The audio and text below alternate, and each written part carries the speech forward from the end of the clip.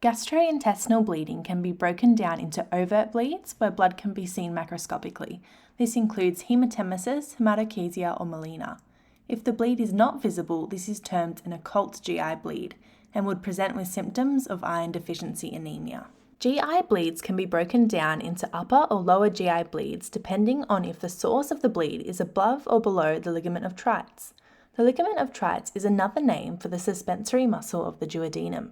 It is a double fold of peritoneum that extends from the diaphragm to the duodenojejunal flexure, marking the end of the embryological foregut and the beginning of the midgut. Upper GI bleeding makes up approximately 75% of GI hemorrhages and includes bleeding from the esophagus to the ligament of Treitz. Overt upper GI bleeding will typically present as haematemesis, which is the vomiting of blood, or Melaena, meaning dark, tarry, foul-smelling stools. The dark colour is due to the breakdown of blood by gastric acid in the stomach or by duodenal enzymes.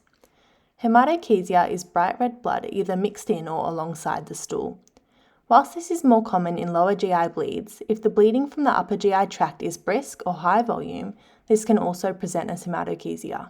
Overt lower GI bleeding is less common, making up 25% of GI hemorrhages, and originates anywhere from below the ligament of Treitz to the anus. Most commonly, this will present as haematochezia, with bright red blood in the stool. However, if the origin of the bleed is the small bowel or the proximal colon, the patient can also present with Melaena. So what are the common causes of GI bleeding? First, let's look at upper GI bleeds. Remember, this means bleeding from above the ligament of Treitz.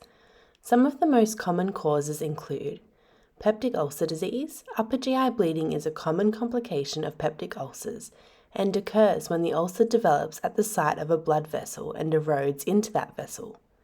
Main risk factors for this include excessive non-steroidal anti-inflammatory drug use and infection with H. pylori.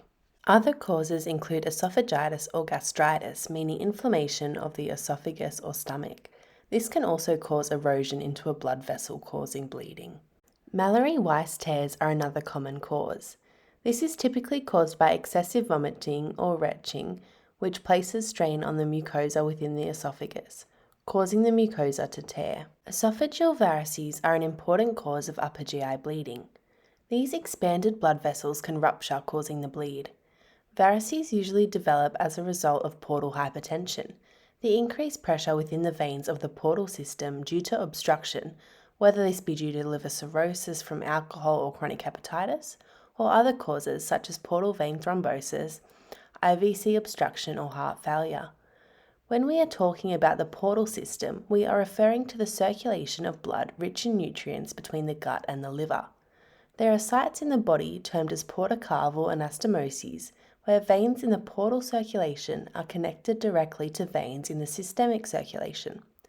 One of these anastomoses is where the esophageal branches of the less gastric vein from the portal circulation meets the esophageal veins draining the middle third of the esophagus into the azygous vein from the systemic circulation.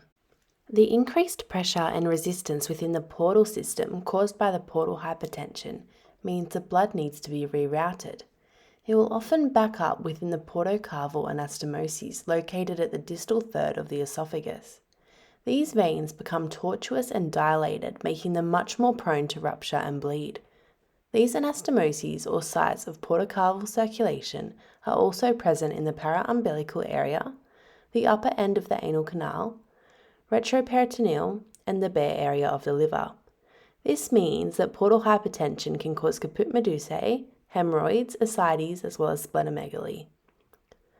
Esophageal cancer or gastric carcinomas are another cause of GI bleeding.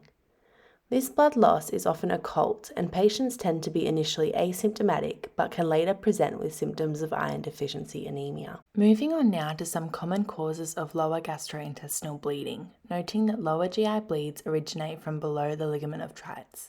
Diverticulosis is a common cause of lower GI hemorrhage. Diverticulosis involves the presence of multiple outpouchings of colonic mucosa. These outpouchings, or diverticula, typically occur due to two reasons.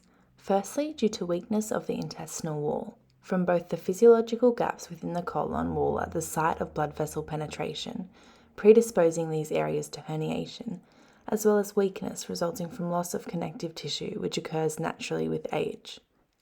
The second reason is due to increased intraluminal pressure, for example from chronic constipation or chronic cough. This is why diverticula are most likely to occur in the sigmoid colon, as that is the narrowest part of the colon, thus generating the highest pressure. A diverticular bleed may occur when one of the small arteries within a diverticulum is eroded, causing it to bleed into the colon. In most cases, this will result in painless, bright red or maroon bleeding from the rectum. Hemorrhoids are another cause of lower GI bleeding. Hemorrhoids are swellings within the anal canal that contain blood vessels. Hemorrhoids can be internal or external depending on if they are above or below the dentate line. Risk factors include excessive straining, as you see in constipation, older age, pregnancy, or prolonged periods of sitting. Hemorrhoids will typically present with painless, bright red bleeding at the end of the bowel motion. Patients may also notice a small amount of blood in the toilet bowl or on the toilet paper after use. Inflammatory bowel disease, including ulcerative colitis and Crohn's disease, can both cause lower GI bleeding. Whilst this is a less common presentation of IBD, the inflammation within the colon can cause either overt or occult GI bleeding. Ulcerative colitis is the continuous inflammation of the colon starting at and always involving the rectum.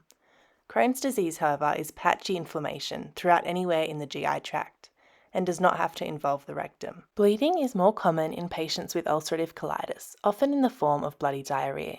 However, it is also possible in those with Crohn's disease, often in those with Crohn's colitis. Colorectal or anal cancer, as well as colorectal polyps, can cause lower GI bleeding.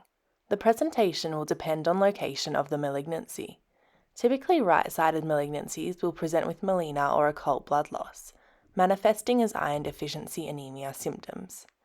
Left-sided colon carcinomas can present as blood-streaked stools and will often be accompanied by a change in bowel habit.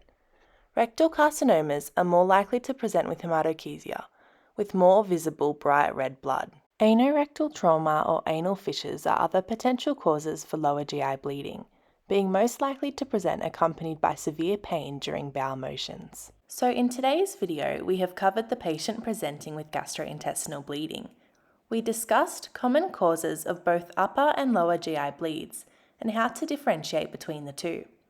In the next video, we will discuss the approach to the patient with GI bleeding, appropriate initial investigations and management, as well as further, more specific management depending on the cause. I hope you enjoyed this video and please let me know any questions you may have. Thank you.